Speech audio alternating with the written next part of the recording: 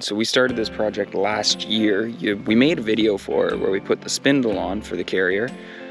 And then I was doing some more thinking about it and then some measurements and that, and we put the spindle in, I want to say the wrong spot, we put it in a bad spot. Where we put it was too far back on the car, so the actual tire carrier sat 8 inches away from the bumper, which was just going to look really odd if we installed it like that. It wouldn't look like it was attached to the car. It just wouldn't look solid and complete. So I've been doing some work and I think I figured out a way now to move it farther back and get it nice and close to the bumper. So the plan is this bracket here, which is what holds it attaches to the bottom of the trailer hitch. The plan, I cut one part off of it here, which would go to this hole. The plan's to put the spindle here. It does look like it's going to be raining in about 3 hours, so I don't have too much time to get stuff done today. I do want this entire project done this weekend, which is a bit ambitious. And Shayna and Colin are coming over this afternoon to play board games, so I'm not gonna have too much to do today, but that means tomorrow is a do or die day. So anyways.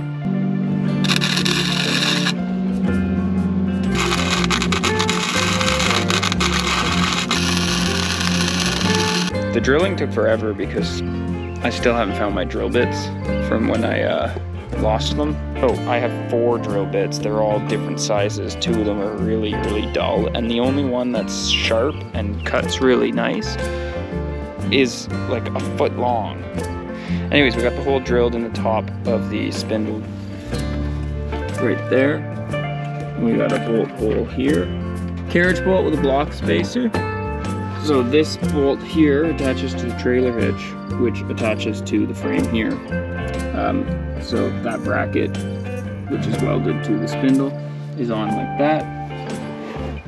And then in there, there's a nut right there. I don't know if the camera's got enough light to show you that, but there's that nut which goes to the carriage bolt. What I am going to do now is I'm going to get the tire carrier out of the barn. I'm going to slip it onto the spindle. Sorry. This tire carrier came off of a 1990 Mercedes. I believe it was an ML350.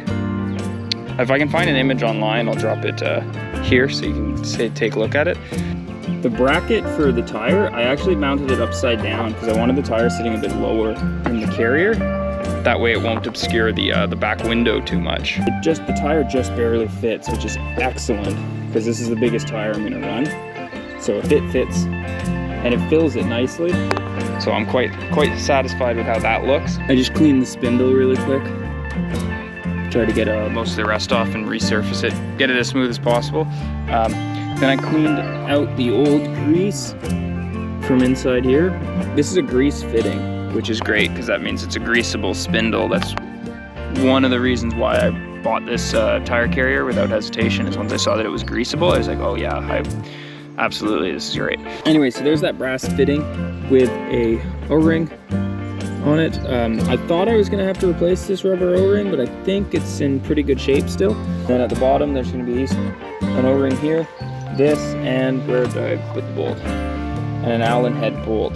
That'll get the height set perfect once it's bolted in, and then I'll be able to start working on the bracket for the locking mechanism. So it's a very, very tight fit on that spindle. There's just this last little bit here that needs to come down.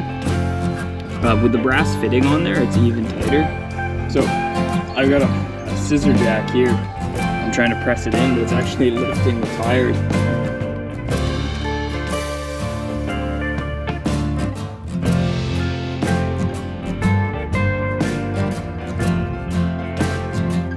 I have a cat. She doesn't like being outside very much, and I can hear her meowing. There she is.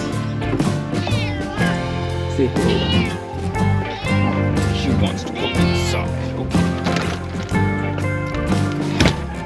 She doesn't like loud noise. Oh, look, another one. Hello, Bosa. Where are you going? The factory bolt to hold the spindle on from the bottom, stripped out because it's an Allen, stripped halfway tightening it. So then I had to use vice grips to get it out, which took forever. I found a bolt in my bolt bin. So I've got it on now. There's a conical tooth washer there. So for those of you that don't know, that's a special washer that has little teeth in it. So when you tighten it down, it cuts into the metal a bit. I used those a lot when I was installing trailer hitches. So I kept a couple. So now there's this clearance issue. So bring it in, bang, barely touches. So we're gonna have to cut down probably about an eighth of an inch off of that bracket.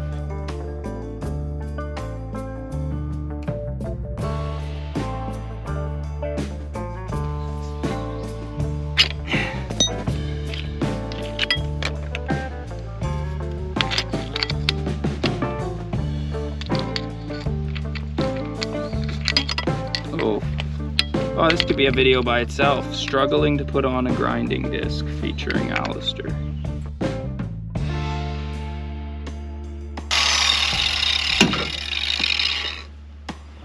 Nailed it. Need to cut here. That's gonna work out nice because we could have it just sleeved in to the crash bar and then we'll just weld around the sides of it, stiffen it up. It has the ability to run through bolts. Here, let me I'll be able to run some bolts through it so I can have it bolt to the other side of the crash bar as well. So that coupled with some welds, that should secure it. This obviously is going to receive a lot of banging whenever you shut it, so it needs to be quite strong. So bolts and welds combination should work pretty good. Okay, so one downside of this, it's a lot harder to get the rear bumper on and off now. Bit here, I basically had to get it halfway, and then you got to bring this across and it pops in, and the whole time it was scraping the bumper. So I might have to do something about that. Now I'm going to swing this shut, and where it hits the bumper is obviously where I need to make my cuts. This side's hitting the bumper before this side gets to as far in as it needs to go. Now the good news is I have a second rear bumper. It's the original rear bumper from this car actually, because when I was doing my high lift, high clearance plan, I wasn't sure if it was going to turn out well or not. So I bought a bumper from a car. I bought a bumper from my work off an Outback, and it was the same color, and I cut that one first. So I still have my original rear bumper in the barn. So if I butcher this one, at least I get a second try.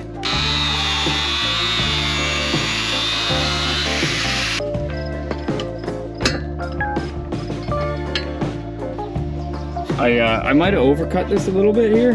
Well, I definitely did. But there's still some spots where I can lay some welds.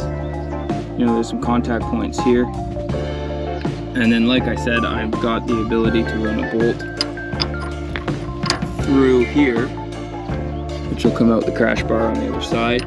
This one down here could go through the trailer hitch. That would be a good solid spot to attach from. So I might end up doing that. Many hours have passed. It's 7 in the evening now. It's raining still. I don't even remember how much I got done on camera. So welding it is gonna be pretty tricky. I think I'm gonna weld here. There is still a bit of an air gap, but I think I can bridge that. I have a bolt here. I'm gonna go to the hardware store and get a bolt here that's gonna be long enough to go through the trailer hitch. And that's how they held it from the factory. It was bolted on in 2 spots with 2 big f**k-off bolts. So I'm gonna put 2 big f**k-off bolts there, but it works. It works right now with that one bolt holding it. Shut it like that. And boom, it locks right in. The rain is actually starting to get a bit chilly. And it's starting to come down a bit heavily. So that's it for today, I think. I'm just gonna put away the slightly wet tools. And then I'm gonna go inside. So I will see you tomorrow like this. And we're back. So it's Sunday morning. It's about 8:30. So I'm gonna have to drill a hole here. I have to go to the hardware store to get a bolt that'll run through this, through the trailer hitch. That'll be bolted nice and sturdy. And I might the back here, there's still an air gap. I might be able to lay a bead along that. And then we have to paint it all. And then it's the wiring for the license plate. Okay, so this is the light pod that I'm going to be using as the new light for the license plate. Off of this old washing machine, or dishwasher? I don't remember, washing machine I think. This is the shape of my license plate. That's where the pod's gonna go, so I'm gonna cut it out. And then I'll fold this down and the light will be on top and it'll shine down onto the license plate. I'm gonna drill some holes into this, run bolts through. That'll hold that panel.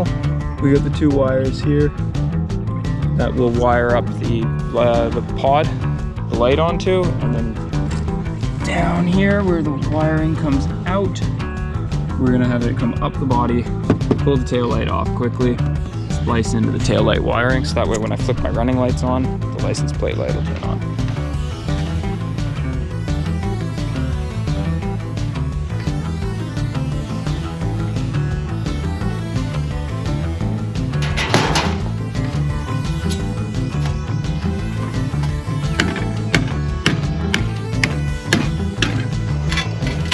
That'll work perfectly.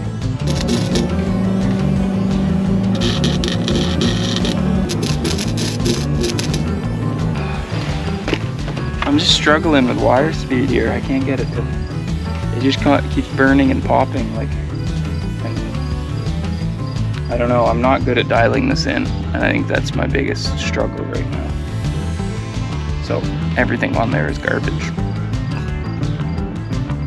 So I'm just gonna paint it black, hide it.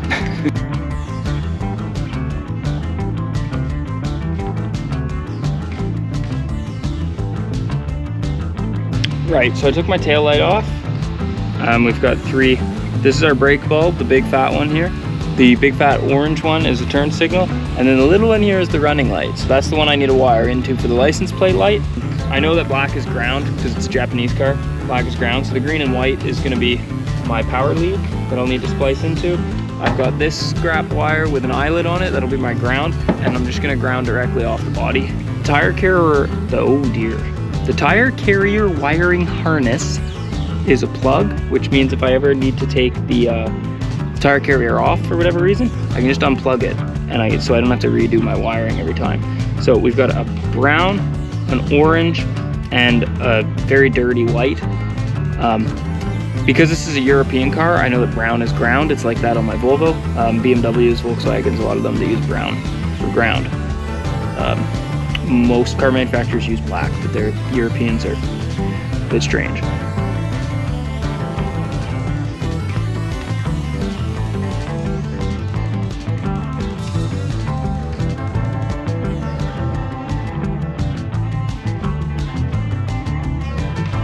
All right, wiring is done. Paint's dried enough. Got the tire on. Room for improvement here. I definitely want, I'm gonna redesign this at some point. There's room for a storage box in there. So I'm gonna have basically the license plate's gonna be on a lever or on a hinge of some kind. And there's gonna be a drawer in there. Got that. There's still extra wiring, so I could put another light on if I want. Anyways, I gotta squeeze the bumper back on now.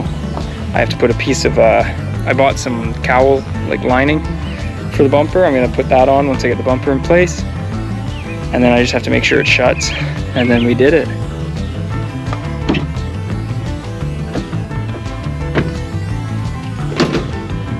So I'm not sure how it happened, but the tire hits the hatch now. On that side. Doesn't actually hit it on this side. That's fine though, that just means it won't vibrate much. So I'm happy with that. Obviously it still needs, I still have to make that cargo compartment on it, do a bit more to it.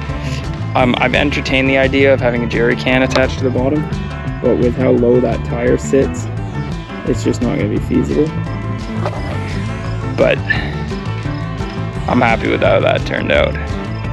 That's gonna look good. Definitely one of a kind.